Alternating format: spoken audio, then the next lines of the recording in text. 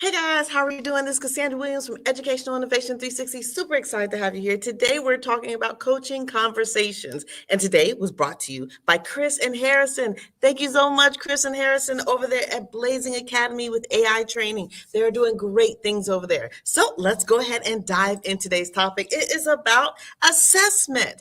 Right? What are you doing to transform formative assessments, right? From boring to brilliant, or thinking about ways we can incorporate assessment without it being so test like, right?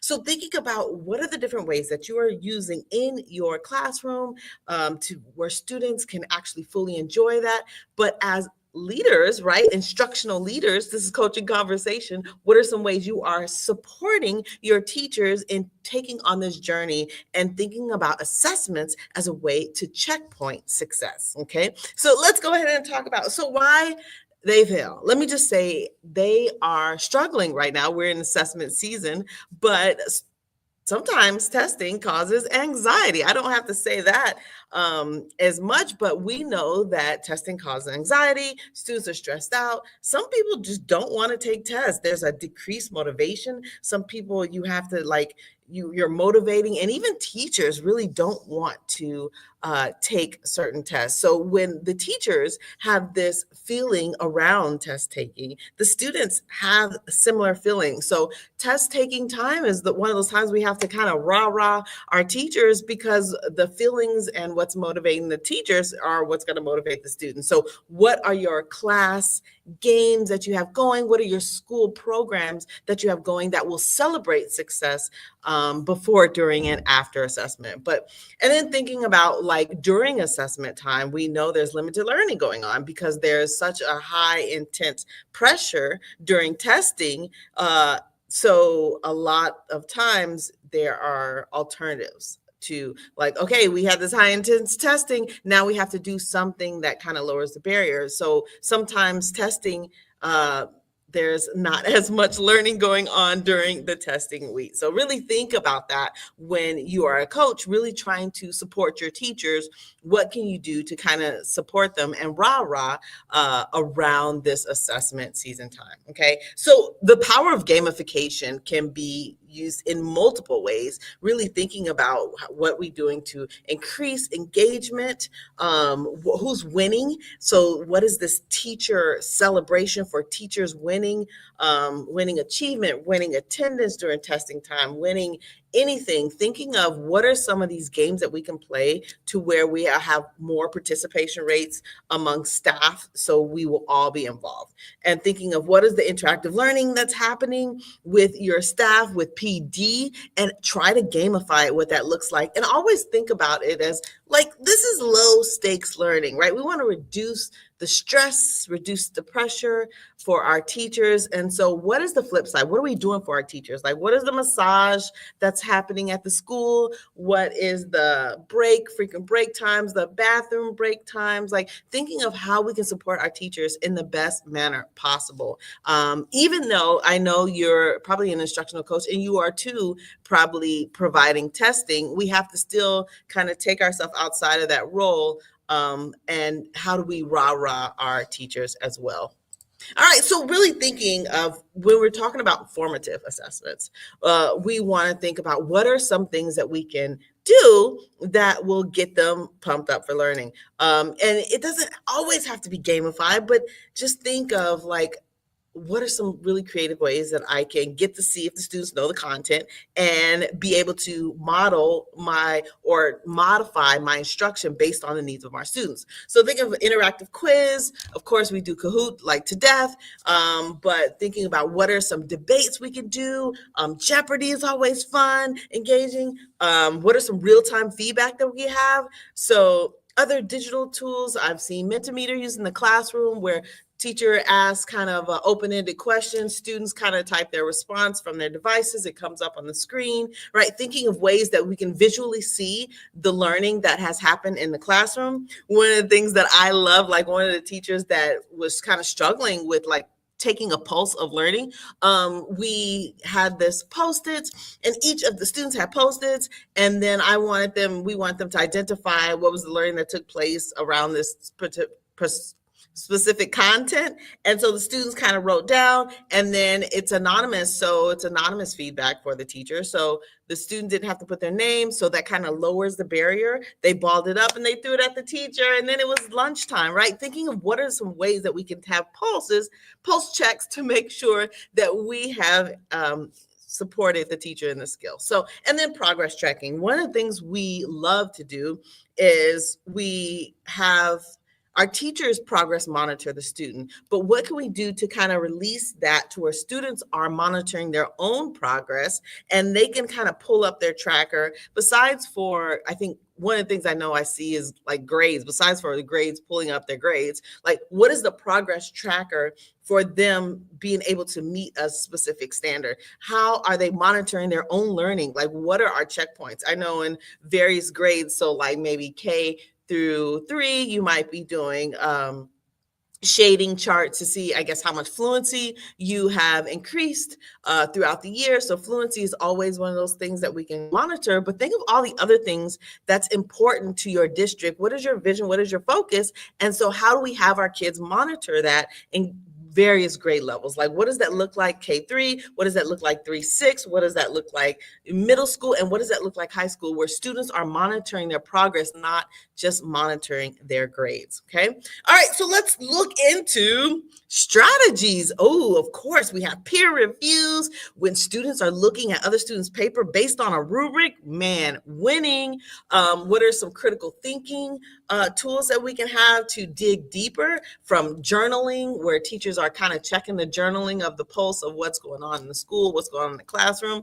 And thinking of how do we diagnose, right? So what does that look like? How do we as a school, or how do we as a teaching classroom diagnose some of the gaps that we see and understand the gaps from not only the teacher's perspective, but the coach and leader perspective to actually make changes in learning? Does that mean before school, after school? What type of interventions are happening? And one of the biggest things I like to say is student-led is power. How empowering is that to have student-led or student created assessments for peers to practice the skill that we are reviewing? Okay. I like to say it's all about the creativity that you have to help form these type of assessments. But here are my big 3, right?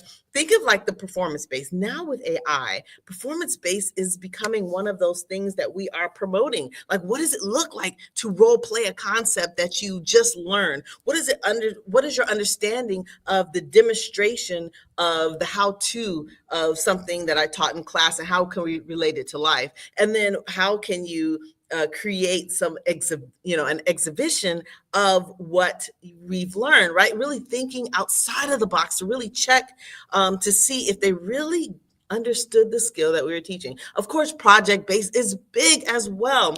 So thinking about what are their digital portfolios, how is this showing up in life? How can students actually take this and move it towards home and things that they're doing at home, and then bring the home into the classroom?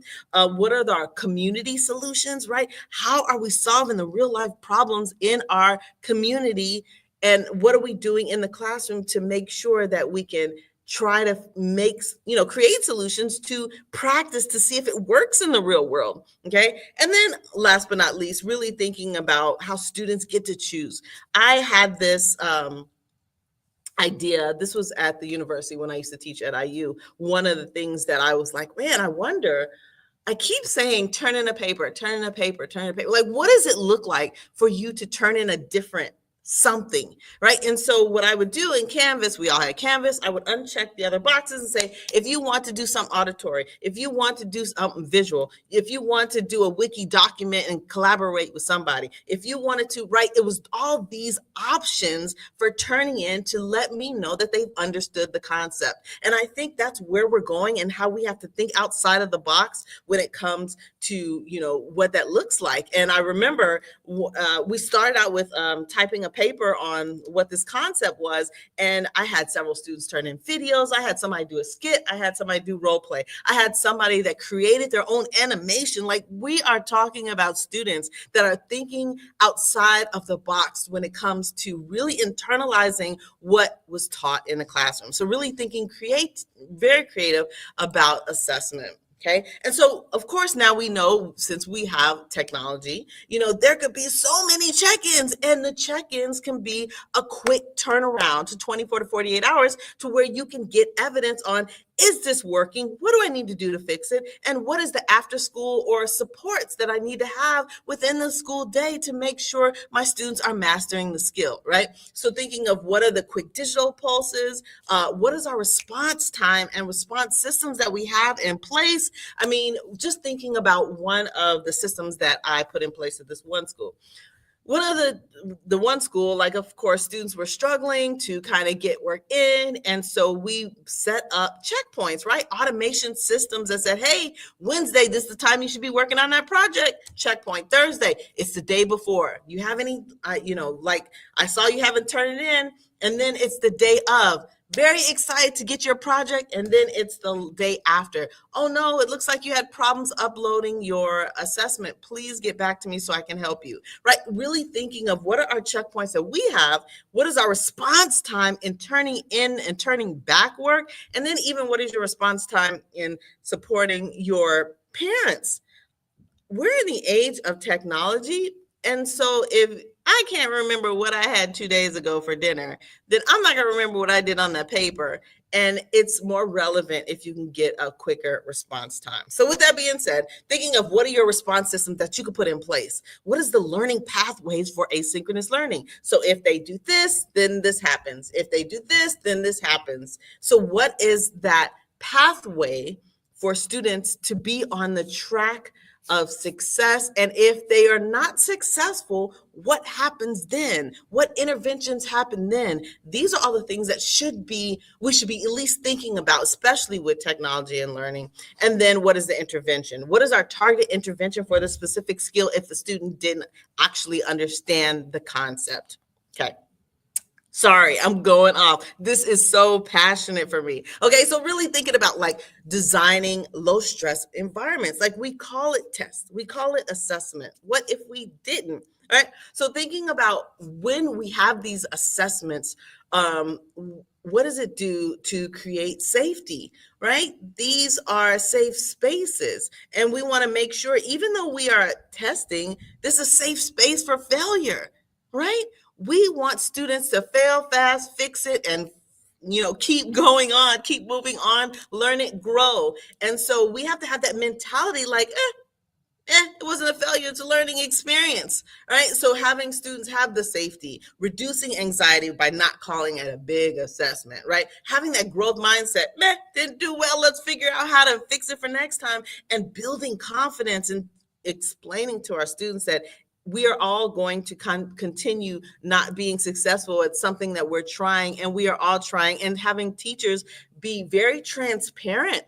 As a coach, one of the things that I do is I do a lot of speak alouds. I talk aloud during my lesson and be like, oh, well, that didn't work. Well, next time I'll try this. And I'll have those think alouds with myself so they can see that I am not perfect, that I did not try this out on multiple people before them. But I want them to know that it's okay to not be successful, to try better, and to try again. And so having that in your classroom really creates a safe space for your students to do really well. Okay, feedback loops. Really thinking about, what are our teachers doing for constructive feedback, and then what is the guidance specific, really tailoring to support students in a specific area, and then having a plan if this student is not successful with this area, right? And I think that's kind of where we kind of falter off, like, oh my goodness, how am I going to do this with all students? I think, again, what is our tracking systems that we have in place at our school to make sure that we're all on board? Like, it's just not you. All of us are here to help students in general. And then self-assessments. We want to be able to reflect and self-assess to say, okay, If the students, they're evaluating their own work, teachers, we need to evaluate our own work.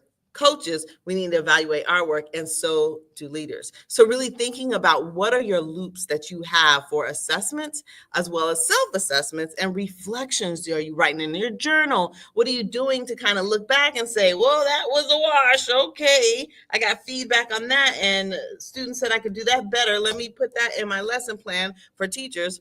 And then how do we learn from our mistakes, and how do we continue growing, fail forward? Okay. And then always think about what are the opportunities that students have to fix it and to continue growing in that area, which is very powerful. All right. These last big pieces, and this takeaway is last but not least. What are you doing to implement your revolution? What are you doing to try things now? I want you to start today. Start small, right? Think of one new thing that you can implement into your school, your class, your teachers, and it's testing time. So now could be that rah time where you get your teachers pumped and excited and start bringing them candy. They're bringing them treats because you want them to be well during your test taking. Now, I'm not saying that, candy and treat is healthy or whatever, but I do want you to say, I do want to say that, now's the time to cheer on your staff and try to implement something small where you can gather, positive, you can gather feedback, you can gather student feedback, you can gather teacher feedback to implement for the next year and expand on that. And always scale gradually, low, slow, baby step, and think about what are some techniques across different subject areas that you can implement to build, to explore, and then what is the continuous professional development around that, right? Maybe you will join, maybe you come into their PLCs, you share successes and challenges, and then of course, I say this all the time, but it's not done enough. How are you celebrating progress? If students make gains, even if you're tracking attendance for testing, if there's gains, there should be public announcement of the celebration, maybe name dropping people, maybe name dropping teachers, whatever it takes. Name drop kids on the outside of the classroom, put pictures up, showcase students that are trying, or showcase students that filled out the testing sheet that you have to fill out. Whatever it takes to celebrate success, that's one of the things I think that we're not doing enough to really support assessment. So I hope this kind of helped you in your journey. Thanks again, Blazing Academy, Chris and Harrison. I hope you guys have a wonderful day. Talk to you later. Bye.